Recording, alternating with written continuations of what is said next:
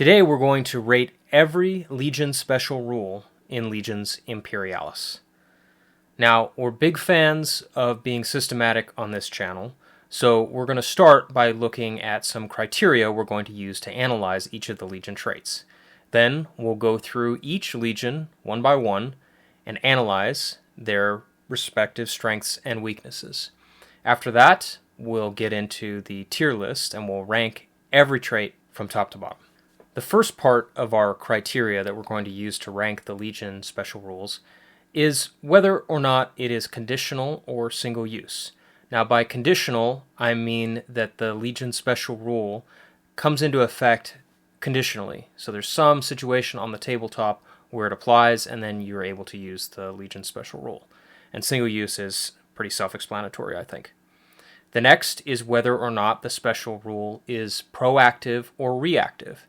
Proactive means that you have control over when and where that Legion special rule is being used.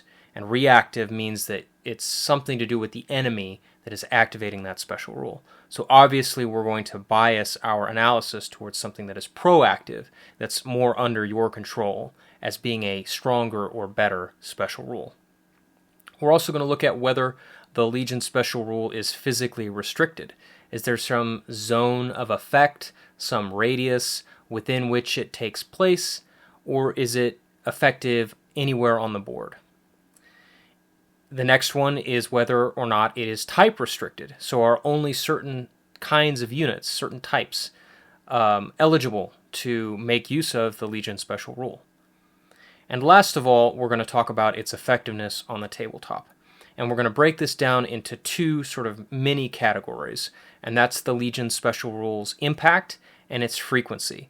So frequency is going to indicate how often you're going to be able to use this special rule in your games. Not how many times you'll be able to use it per game, but how many times when you play Legions Imperialis will it come up.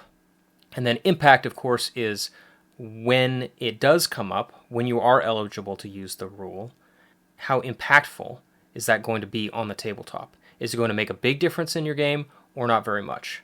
And we'll analyze that as we go through each one of the Legion special rules. So let's start our analysis by looking at the Dark Angels Legion. And this is a bit of an intricate special rule, but if you have 3 different types of detachments in a formation, you can choose to give all detachments of one particular type a special rule for the duration of the game. So as long as you meet these criteria, if you have 3 different detachment types within a formation, you could give your infantry, Phosphex and Implacable, your cavalry Outflank, and your vehicles Nimble. Now it's important to note that you can only choose one of these per formation. So let's think about this. Phosphex and Implacable are both very good special rules. Phosphex is going to help you dig out infantry from garrisoned buildings, and Implacable is going to keep your infantry in the fight for longer when you're in close combat. So very useful. Outflank is a very powerful special rule as well. Maybe a little bit less useful because your cavalry already have the ability to get outflank by taking them in a Sky Hunter phalanx. So this might not be as useful. And then being able to give your vehicles Nimble is also very helpful, just because they're going to have that much more mobility and capability to move through terrain, which your opponent may not be expecting. So this is also a conditional or and single-use special rule, right, based on which one you pick. Obviously, Outflank, you're just going to be able to do that once. But Nimble and Phosphex and Implacable are going to stick around essentially as long as the conditions apply for you to use them. They are not physically restricted in the sense that you can go anywhere and do anything with them, although, of course, Nimble, you have to have that difficult terrain, and then Phosphex, you need to be attacking a garrison building in order for it to apply. It is type restricted in the sense that you have to give these special rules to a particular kind of detachment. So that takes it down a little bit, I think, in my opinion. As far as the effectiveness of the special rule goes, just overall, I think this is going to have a moderate impact on your games. It's not going to change the face of your play style or anything like that. But it is going to help you. It's going to give your units some particular special rules and special abilities that will change, their effectiveness on the tabletop. How good they are at doing their job, and you're going to be able to use these rules in pretty much every game that you play. Right? You're always going to want to have phosphex so that you can assault infantry out of buildings. You're always going to, at least want to have the possibility of the outflank with your reserves, and then having that ability to move through cover with your vehicles can be very helpful, especially on a dense terrain board. Let's move on now to the Paragons of Perfection, the Emperor's Children. And this is a fairly straightforward special rule. Essentially, if you have a formation of Emperor's Children, you can choose to win an initiative roll once per game. If they're an allied formation, you can just re-roll. So this is a single-use special rule. It is proactive in the sense you get to choose when you want to use it. It's let down a little bit by the fact that you have to decide before you roll, right? So you could have won the initiative maybe anyway. But it is helped by the fact that it's not physically restricted, right? It's not type restricted. There's none of that. It's just an army-wide special rule that you can choose to use at any time.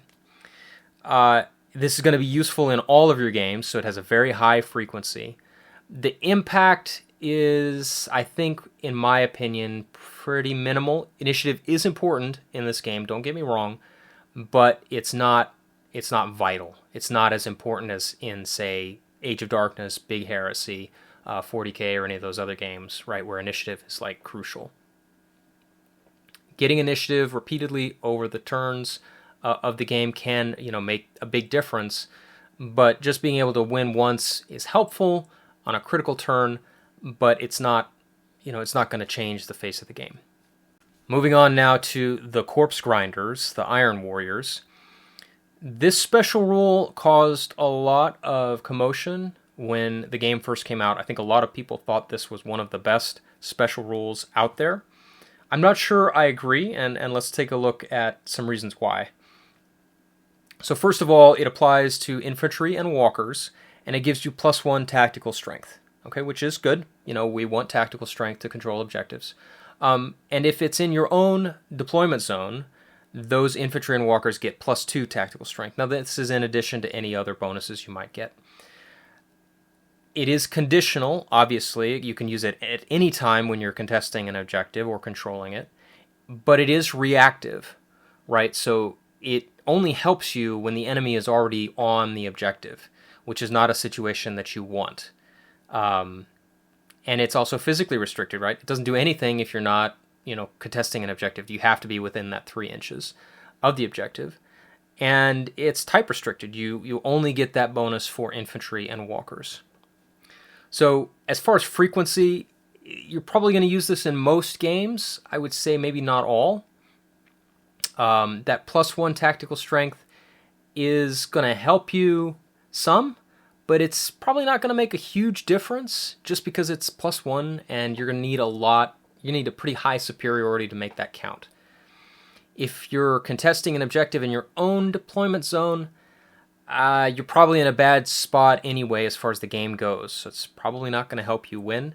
There might be a situation where somebody has deep struck some units into your deployment zone or outflanked or something like that, and you just need that extra little bit of tactical strength to keep them from claiming the objective. But I generally don't think this is going to come up a lot, and even when it does come up, I don't see it having a huge effect on the game. Something to consider as well is the fact that not all missions have objectives in your deployment zone. So there very well may be missions and times that you play Legions Imperialis where you simply don't get that +2 bonus anyway. So you're missing out on the strongest effect of your special rule just because the mission doesn't call for it. Moving on now to the White Scars. Again, this is another fairly straightforward special rule. It simply improves Jinx saves by 1, which sounds strong, but when you take into account the fact that it is conditional, so you can use it as many times as you get shot at, but it is reactive, right? You're getting shot, and it is doing the enemy is dictating the terms of the engagement here, which is, again, like we talked about at the beginning, not ideal when we're talking about a special rule that should be helping you to win. And to put it another way, this is just trying to help you not lose. So this is helped by the fact that it's not physically restricted, right? It can apply to any unit, any detachment, anywhere on the table. But it is type restricted. It doesn't do anything for units that don't have a Jinx save. The problem with this special rule, though, is that it just doesn't do too much for you. So we're talking about the impact here. So even with your Jinx save being at +1, so let's look at maybe a Javelin or a Scimitar jet bike. You've got a 5-up save. Okay, so what? You already had a 5-up save from your armor. So if we're not looking at an AP -1 weapon or AP -2, it's not going to do anything for you because you're just going to use your normal save. And even if you're looking at a -1 or AP -2 light AT or light weapon that's going to take your normal armor save down, you still only have a 5-up save, which is not that good, right? So this is not going to change your game. It is nice. It's going to help you in the sense that you're going to keep your 5-up save on your Scimitar jet bikes and your Javelins and so on. It's going to do nothing for your aircraft because Astartes aircraft already have that very good 3-up save. Your Jinx save might go down to a 4. So unless you're getting hit by an AP -2 weapon, which is very rare for aircraft, the Jinx save is not going to do any good for you because your armor save is going to be as good or better. So in terms of impact, this is pretty minimal, low to minimal, and it's going to come up, a few times in your games, right? It's not going to come up that often. It is helped by the fact that the Mechanicum and Dark Mechanicum releases feature much higher proportion of light AT weapons, particularly with some very high AP values. So in that sense, you may get more utility out of your special rule here, just because there are more weapons where your Jinx save may be actually, preserving your units at all, giving them some sort of save where they might not have had any at all. So in that sense, the White Scars are maybe a little bit better off than they were at the beginning of Legions Imperialis' release. Next up is the Rout, the Space Wolves. And this special rule is another fairly simple one. It prevents infiltration within 16 inches of a Space Wolves unit, or outflank within 8 inches. So obviously this is a single-use special rule, right, in the sense that it's preventing infiltrate only at the beginning. But it's also conditional in a way because it's sort of restricting your outflank or your opponent's outflank ability throughout the game. It is another reactive special rule, right? This is all entirely dependent on your opponent's choice to infiltrate or outflank. If he chooses to do neither of those things, this special rule will do nothing for you. It's physically restricted, right? It's centered on your units. So if you don't position your units, spread out enough, it's not going to prevent the outflank or the infiltrate. And it's the one good thing, I guess, about this is that it's not type restricted. So any of your Space Wolves units provide this benefit, this protection. But that doesn't change the fact that this special rule does nothing if your opponent does not have or does not use infiltrate or outflank. And even if they do, on a full table, this isn't really going to change the nature of the game all that much, right? Because 16 inches is not going to keep the enemy from infiltrating onto the objectives, and 8 inches of outflank buffer is really not going to do much to preserve you from a marching Sky Hunter phalanx that's coming in from the table edge. So yes, it does help. It doesn't help enough, in my opinion. It also encourages gaminess, which I don't like. It encourages people to take a minimum Space Wolf unit to try to gain this ability, and then use other formations I know that may be a controversial opinion, but I don't like things where it becomes more about the game rather than like the game mechanics rather than the narrative, or just what makes sense in the universe. I know this is a traditional kind of special rule for the Space Wolves, but why isn't this just an effect of a special formation, like a recon formation or a scout formation or something that's deploying forward and preventing the enemy from infiltrating? I think that would make more sense. That would give everybody the ability to have some protection from infiltrate while not relegating the Space Wolves to kind of babysitters, which is essentially what this special rule does. So overall, it's going to come up in some of your games. Outflank is pretty prevalent now with the Skyhunter Phalanx. Impact, like I was talking about before, I don't think it's very high. It's going to do something for sure, but it's not going to make a huge difference in your game. Moving on now to the Protectors of Terra, the Imperial Fists. They have a fairly straightforward special rule in that infantry with certain weapons, which I'm not going to go through here, gain accurate while they are on first fire.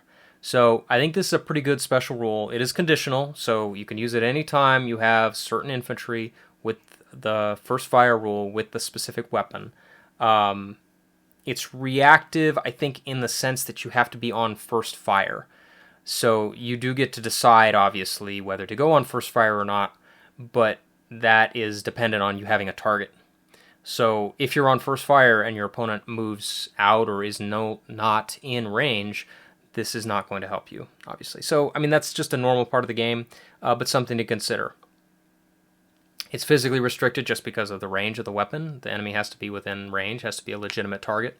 And it is type restricted because it has to be infantry and it has to be a specific weapon. So the fact that you can get accurate is very powerful.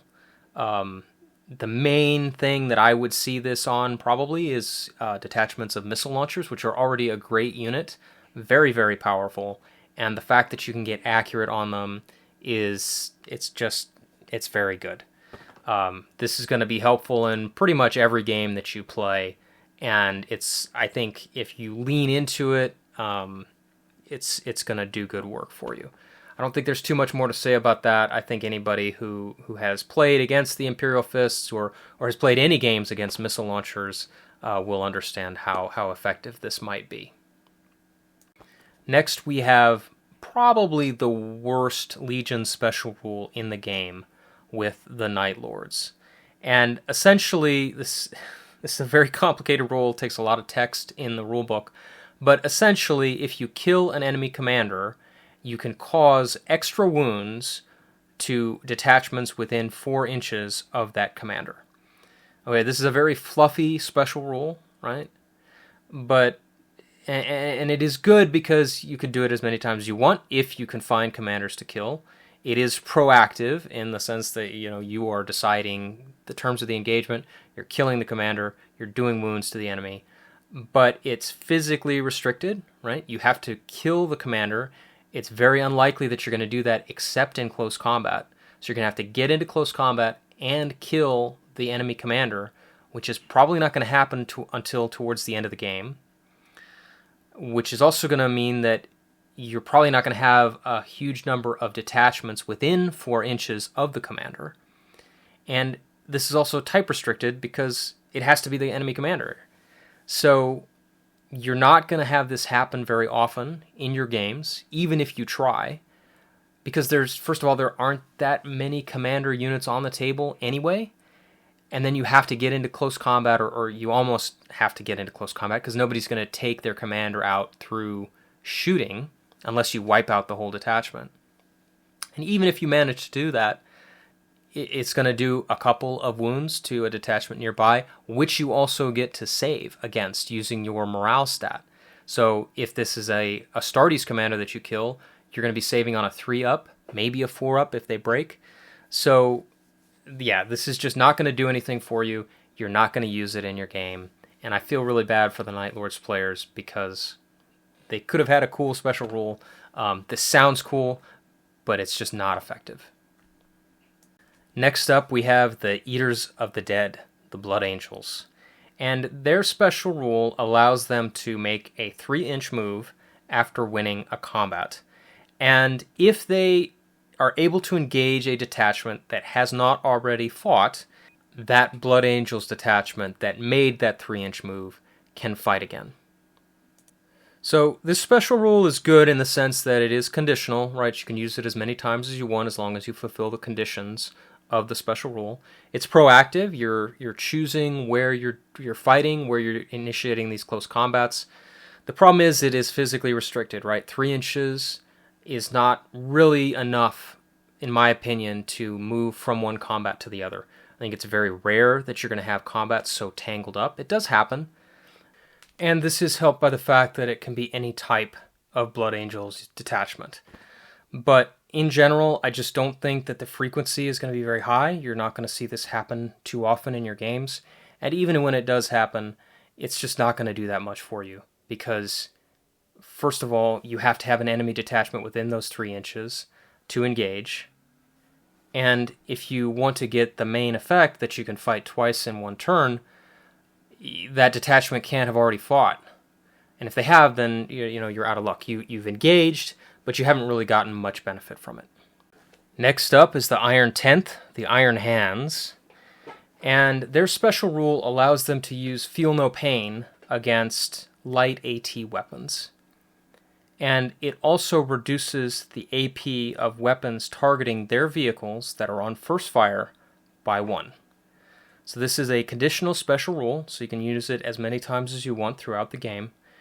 But it is reactive, right? So you're depending on the enemy to shoot you with a weapon that this special rule is helpful against. It's physically restricted in the sense that, Feel No Pain has a radius around your commander or any other, Medicaid unit that might come out. And it is type restricted. So it only applies to certain, detachment types. So clearly this can be very useful because you're expanding the capability of a special rule that you already have. Your Feel No Pain now applies to light AT weapons. And, light AT weapons are some of the best ways to take out infantry. And being able to make that, what is, I guess, called a damage mitigation roll. It's not technically an additional save, but functionally it is. Right, so even if you don't get your armor save, you still get this Feel No Pain, which is going to make your infantry tougher and stick around longer, which is what's going to win you games. The downside here is that vehicles are not going to get as much benefit from this because, once they've fired, they're not getting that AP reduction because you've removed their first fire order counter. And that order counter still has to be on the vehicle detachment in order for it to be effective, in order for the special rule to apply. So, it is helpful, but as the combat goes on, it's going to become less and less effective. So, it might be good in the sense that if the enemy has initiative and they're able to do some, first fire shots at you, that might help. But since most of the combat in my experience is done in the advancing fire phase, your first fire counters are already going to be gone then, and your vehicles aren't going to get any benefit. So, in general, I think this is going to come up in most of your games. You're going to see it happen. It's going to be effective. The impact, I think, is going to be pretty low just because, again, like we just talked about, the vehicles are not necessarily going to get it all the time, although your infantry will benefit pretty much regardless, as long as your enemy is targeting them with light AT weapons. Moving on to the World Eaters, probably one of the better special rules in the game. Infantry, cavalry, and walkers can re-roll 1d6 during a fight. This is a conditional rule, right, because you can use it whenever, wherever you want, as long as you're in close combat. It's proactive because you get to decide where you want to put your close combat forces, where you're pushing them up, where you're engaging the enemy. It is physically restricted in the sense that you have to be in close combat in order to use it, and it is type restricted. That's not really a huge downside here because infantry, cavalry, and walkers are the types of units that you want in close combat anyway. So you're going to see this being useful in pretty much all of your games. Most games are going to have some form of close combat. You're going to have units in close combat, and being able to reroll a d6 can make the difference between, success and failure in the close combat, especially because it's every fight that you make during that close combat. And that's not to mention that combat is very decisive in Legions Imperialis. So being able to much more consistently win those individual fights is going to mean that you're going to win more close combats, your opponent is going to have to withdraw or simply be wiped out, and you're going to be left in control of the objective or that key piece of terrain. So I think this is a very strong special rule. Next up are the Ultramarines. And another semi-complicated special rule: when a detachment fires at another enemy detachment that has already been fired at by a detachment in the same formation, you can re-roll any ones to hit. So this is a conditional special rule. You can use it anytime you like, as long as the previous conditions have been met. It is proactive in the sense that it encourages you to keep your formations cohesive, to engage the enemy together, and it lets you determine when you do that and where you do that. I went back and forth about whether this is really physically restricted or not, but because you have to have two detachments able to fire on the same enemy detachment while being within the same formation, I think it counts as being physically restricted because you have to have that line of sight. It is type restricted in a way because it can't just be another Ultramarines detachment. It can't be a friendly detachment. It has to be a detachment from that formation. So overall, I think you're probably going to see this come into play in your games, especially if you're playing into it and you're trying to use it. The impact, though, is very low because for all the effort and all the conditions that you have to fulfill in order to use it, all you get is re-rolling ones. So, you're going to get a couple extra hits. Big deal. To me, this is minimally effective. Next up, we have the Death Guard. And this special rule is pretty similar, I think, to their Age of Darkness special rule. It allows them to, at the beginning of the game, choose 2 areas of terrain or 4 structures and change those into dangerous terrain in addition to all their other special rules. So this is a single-use special rule, right? You use it at the beginning of the game, and that's it. It's proactive-ish, right? This could be useful in the sense that there's a couple of key pieces of terrain.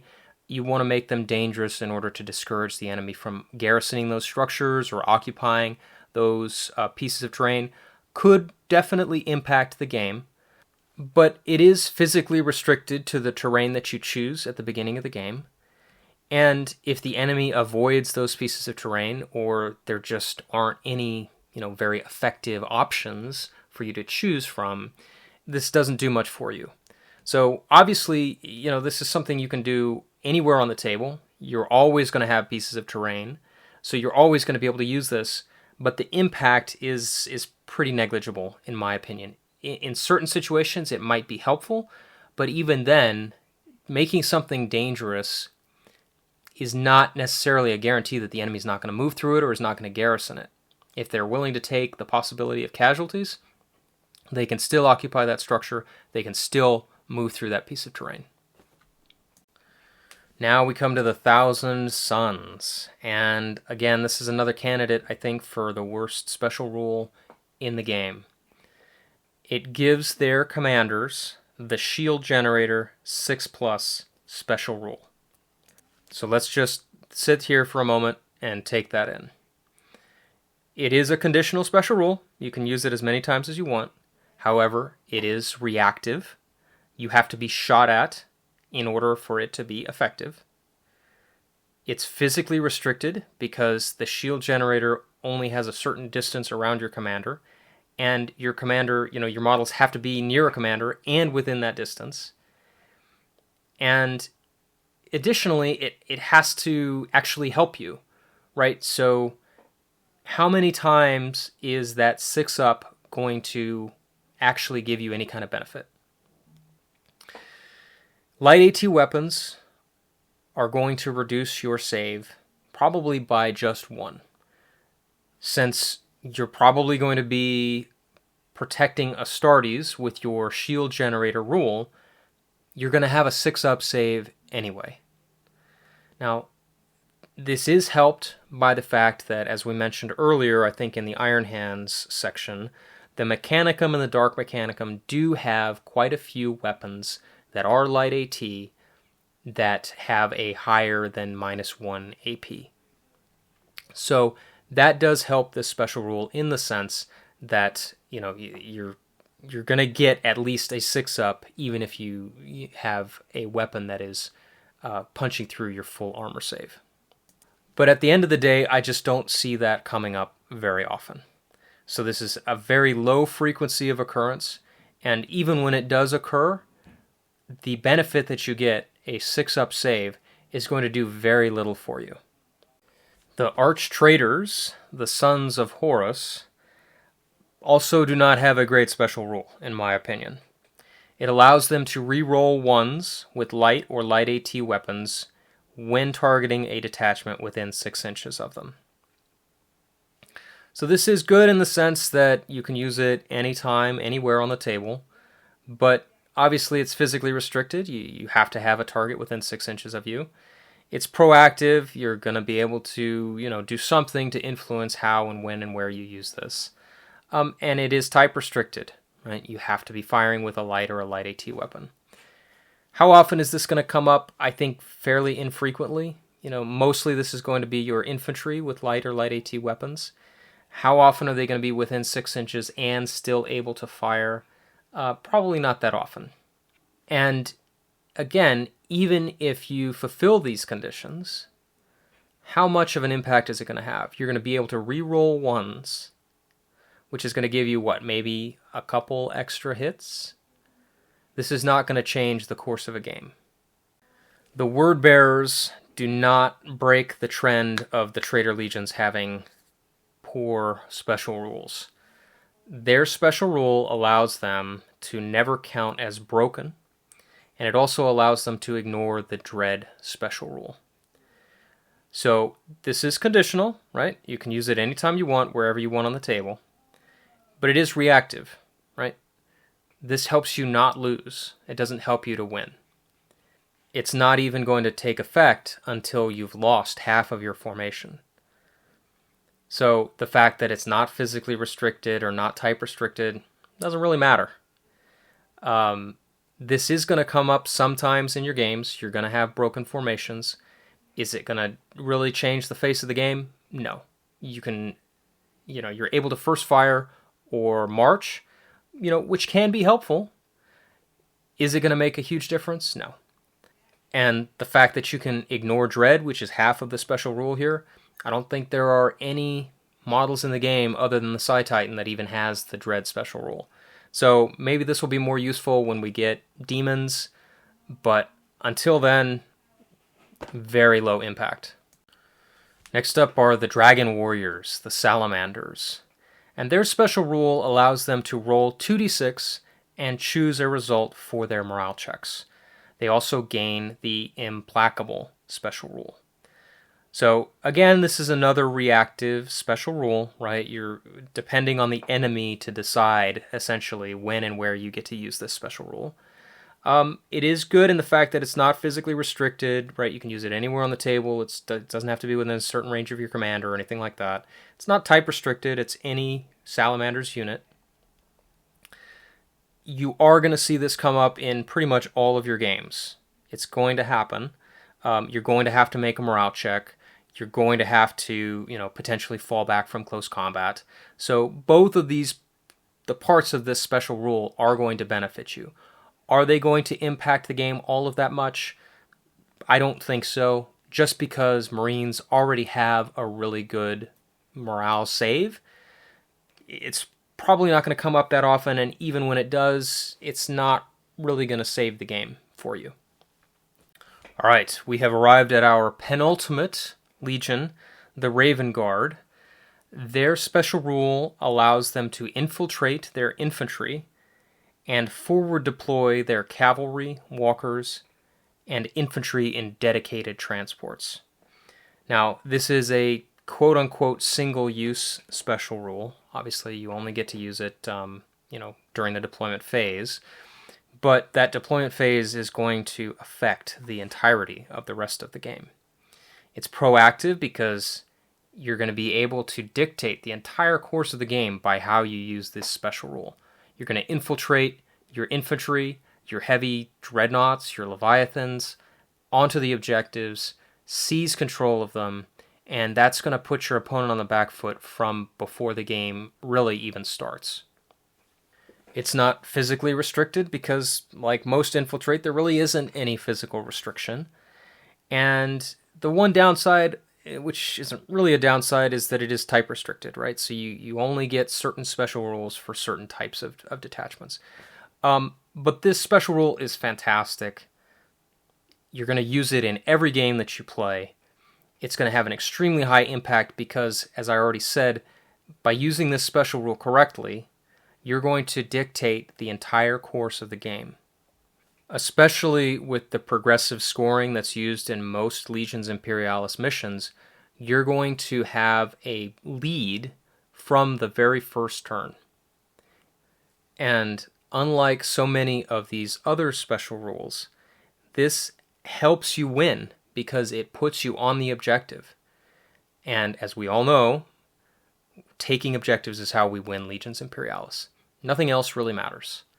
So this special rule is one of the best, and in fact is surpassed only by our next special rule, which I think everybody knows. And that is, of course, the Alpha Legion. And there's, I don't think, any argument to be made here. This is the best Legion special rule in the game, for many of the same reasons that we discussed just a minute ago with the Raven Guard.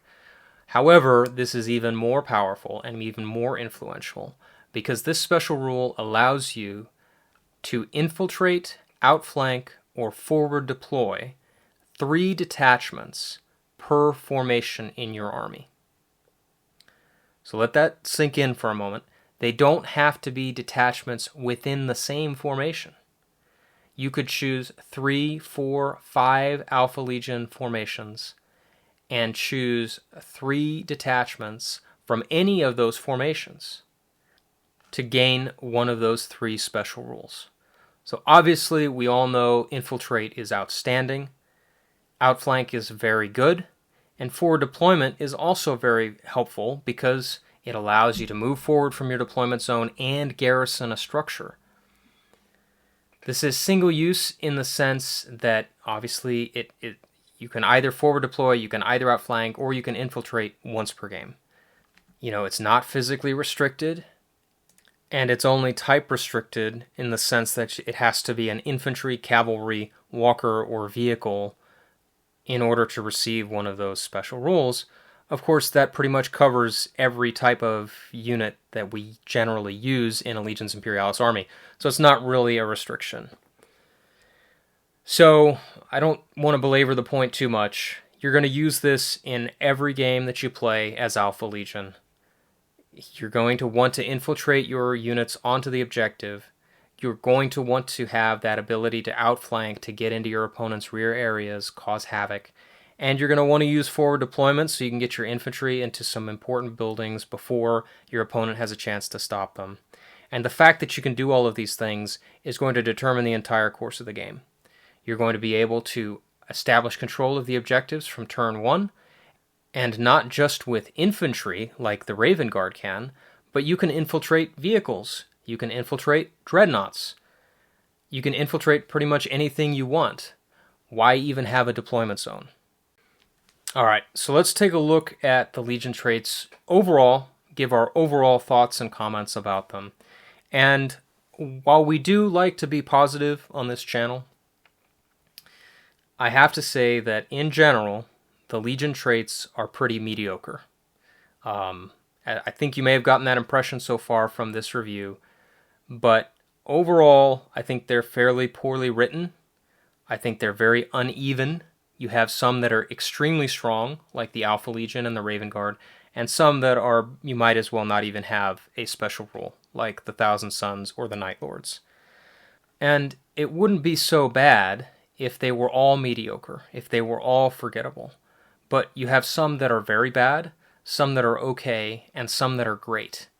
And it just seems like the writing team did not do their due diligence and look at these special rules and make sure that they're even close to being on the same level of influence in the game. And I know that this is a narrative game and we're supposed to look at, more things than just the functional capability of the army to win.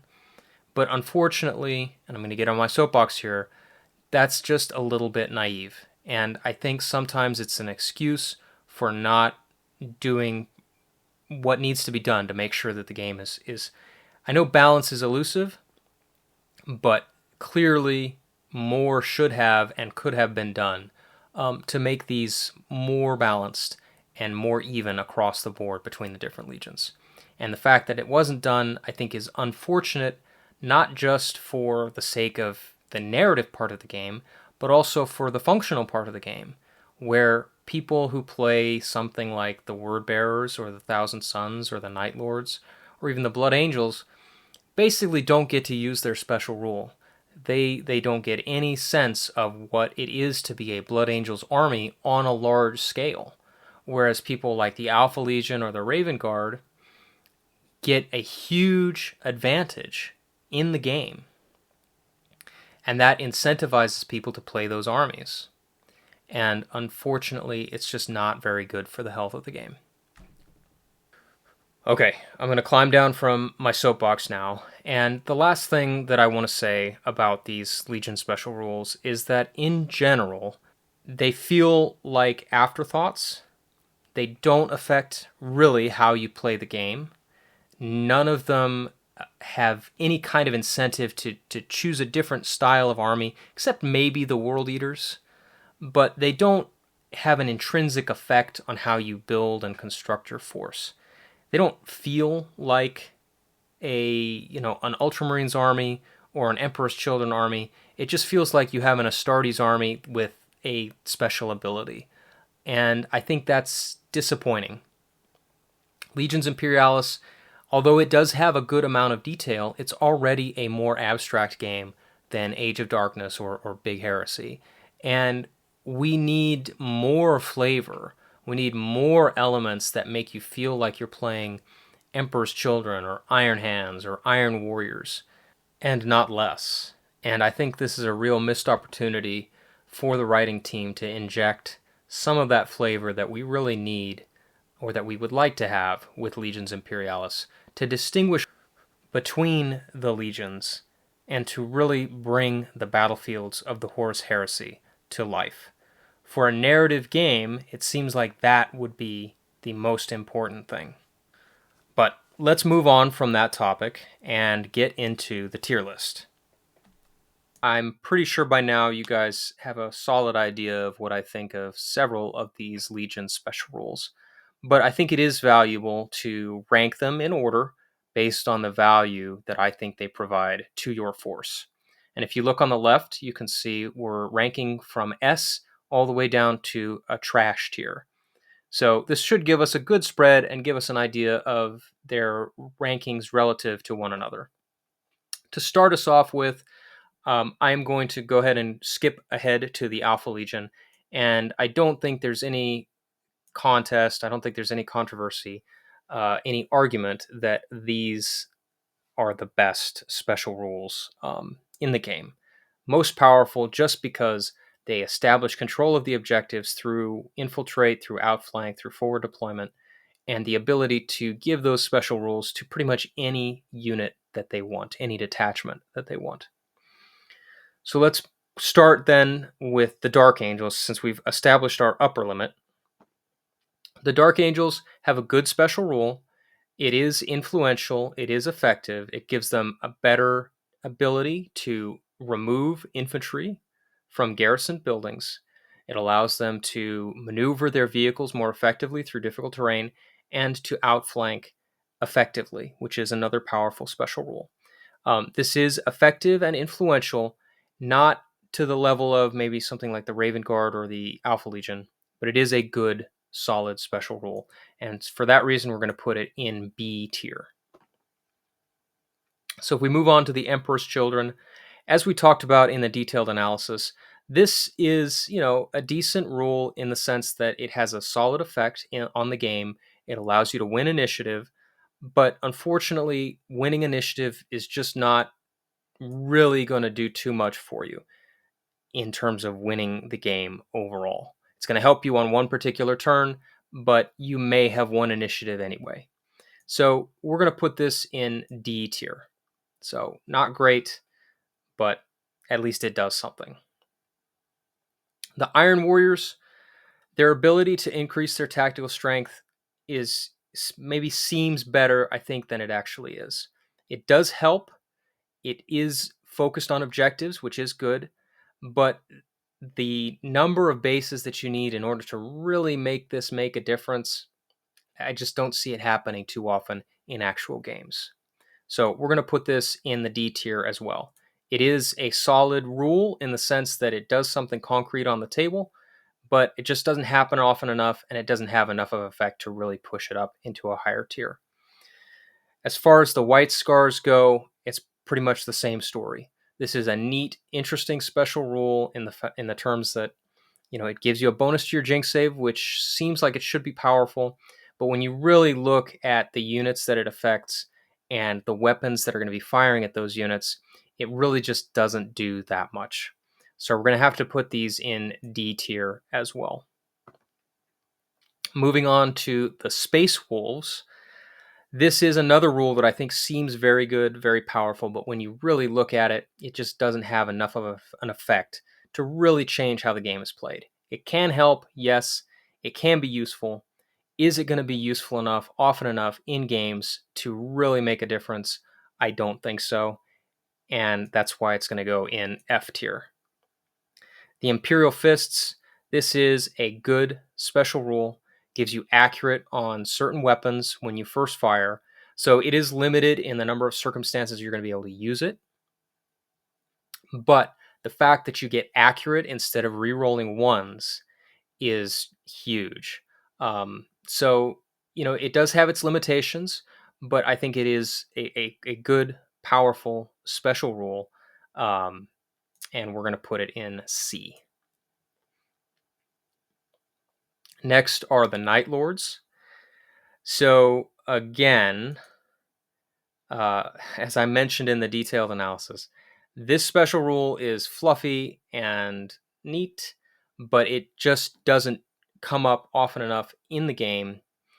And even when it does, it doesn't have enough of an effect.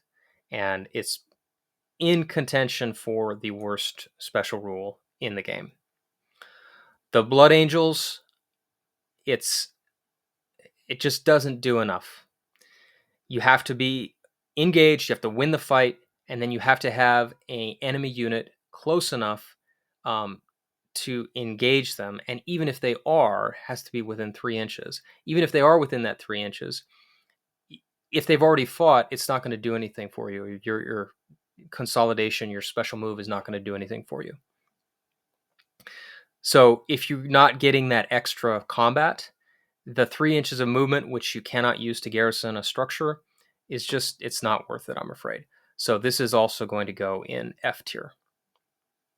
The Iron Hands have another solid special rule. It is effective when it happens. You get that feel no pain against light AT weapons, which can be very useful in keeping your infantry alive. The vehicle part of it is just so for me. I just don't think it's going to come up often enough for it to be very effective, because so much of the combat, so much of the firing happens in the advancing fire phase, and you're going to have lost your first fire counters in that phase, and you're just not going to get the benefit. So this is going to go into C tier. The World Eater's special rule, we've already talked about it quite a bit. Having that reroll is very powerful. Combat is very decisive, and anything that helps you win close combats is going to help you win the game, because those close combats are going to decide who controls the objectives at the end of the turn or at the end of the game. And so that reroll, very valuable. So this is going to go in B tier. Similar to the Dark Angels in the sense that it's a solid, pretty universal special rule that's going to influence the whole course of the game. The Ultramarines, really, unfortunately, the Ultramarines special rule is just not very good because you have to have so many conditions in order to make it work. And even when you do, all you get is rerolls of 1s to hit. It's not very good. You don't get much benefit from it other than maybe a couple of extra hits, which the enemy still gets to save against. So this is going to go into the F tier for me. The Death Guard, like we talked about, I think this could be influential, could be effective in the sense that it allows you to shape the battlefield to some degree. But the fact that it's just dangerous and it's just a couple pieces of terrain or a couple structures, I think this is going to have to go into the D tier for me. Because, terrain is so important in this game, having that ability to potentially deny or at least discourage the enemy from using certain pieces of terrain is useful. Not the best, but I think it could be effective enough to warrant that tier. The Thousand Suns are next. You guys know my thoughts about this special rule. The 6-up save that you get is it's not good. It's not going to come into play often enough to really make any difference in the game. And it's going to go down into the trash with the Night Lord's special rule. The Sons of Horus, it sounds good on paper. If you're within 6 inches, you get to reroll 1s. But again, like the Ultramarine special rule, how many extra hits, how much concrete benefit is that going to give you in an actual game? Not very much. You're going to get a couple of extra hits, even in those situations where you actually fulfill the conditions required to use this special rule, which I personally think is going to be very infrequent. So this is going to go in the F tier with the Ultramarines, the Blood Angels, and the Space Wolves. The Word Bearers, as I said in my detailed analysis, the Word Bearer's special rule helps you not to lose. Sometimes it's going to come into effect because you will have a broken formation. At that point, I'm not sure how much being able to march or first fire is really going to change the course of the game, because you're probably 3 or 4 turns in by the time you have a broken formation. Is this going to make any difference in who wins the game? Yes, maybe sometimes you need to pull off that march to reach an objective in the backfield, but on average, in the grand scheme of things, this just doesn't cut it for me. And this is going to go in the F tier. Moving on to the Salamanders, this is another solid, decent special rule. Lets you influence your morale, which can be very punishing in Legions Imperialis. And it also gives you the Implacable special rule, which helps you, stay in those important combats. Is it going to win the game for you? No. Is it going to help you, keep you from losing the game? Is it going to influence the game over the whole course, over every turn? Yes. So we're going to put this in C tier. It's not as good as the Dark Angels or the World Eaters, but it is a solid, influential special rule. And then last of all is going to be the Raven Guard. And again, this is a great special rule because it puts you in a commanding position from the very start of the game. Not so much as the Alpha Legion, because you don't get the ability to infiltrate like dreadnoughts and vehicles and so on. But you are going to be able to put infantry in important places on the table, on the objectives, and really dictate the course of the game. And so that puts it in the A tier for me.